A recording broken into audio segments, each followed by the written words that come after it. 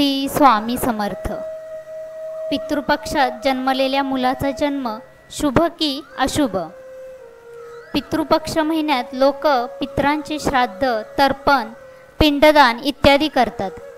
15 दिवसांच्या पितृपक्षादरम्यान लोक त्यांच्या पूर्वजांना प्रसन्न करण्यासाठी गरिबांना अन्नदान करतात, गायी, पक्षी आणि कुत्र्यांना खायला देतात।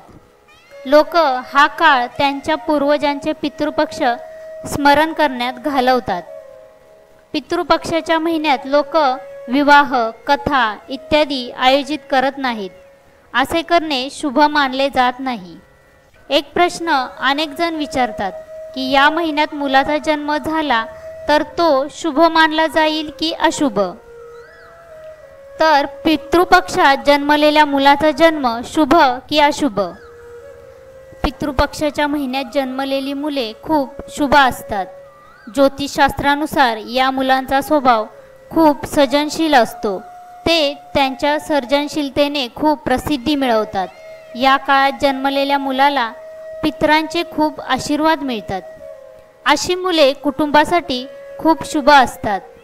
शास्त्रात असे म्हटले आहे की या मुलांवर पितरांची विशेष कृपा असते। असे मानले जाते की या पक्षात जन्मलेली मुले ही परिवाराच्या कुळातीलच पूर्वज असतात। त्याचसोबत त्यांचा जन्म एका विशिष्ट हेतूसाठी झालेला आहे। शास्त्रामध्ये असे म्हटले जाते की या पक्षात जन्मलेली मुले खूप रचनात्मक असतात।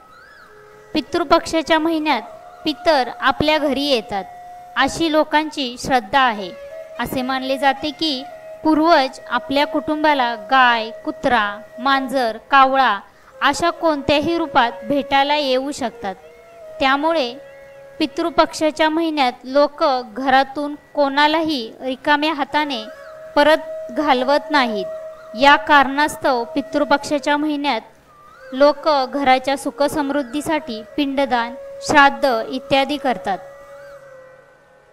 आपल्याला आमचा व्हिडिओ आवडल्यास लाईक, शेअर आणि सबस्क्राईब नक्की करा।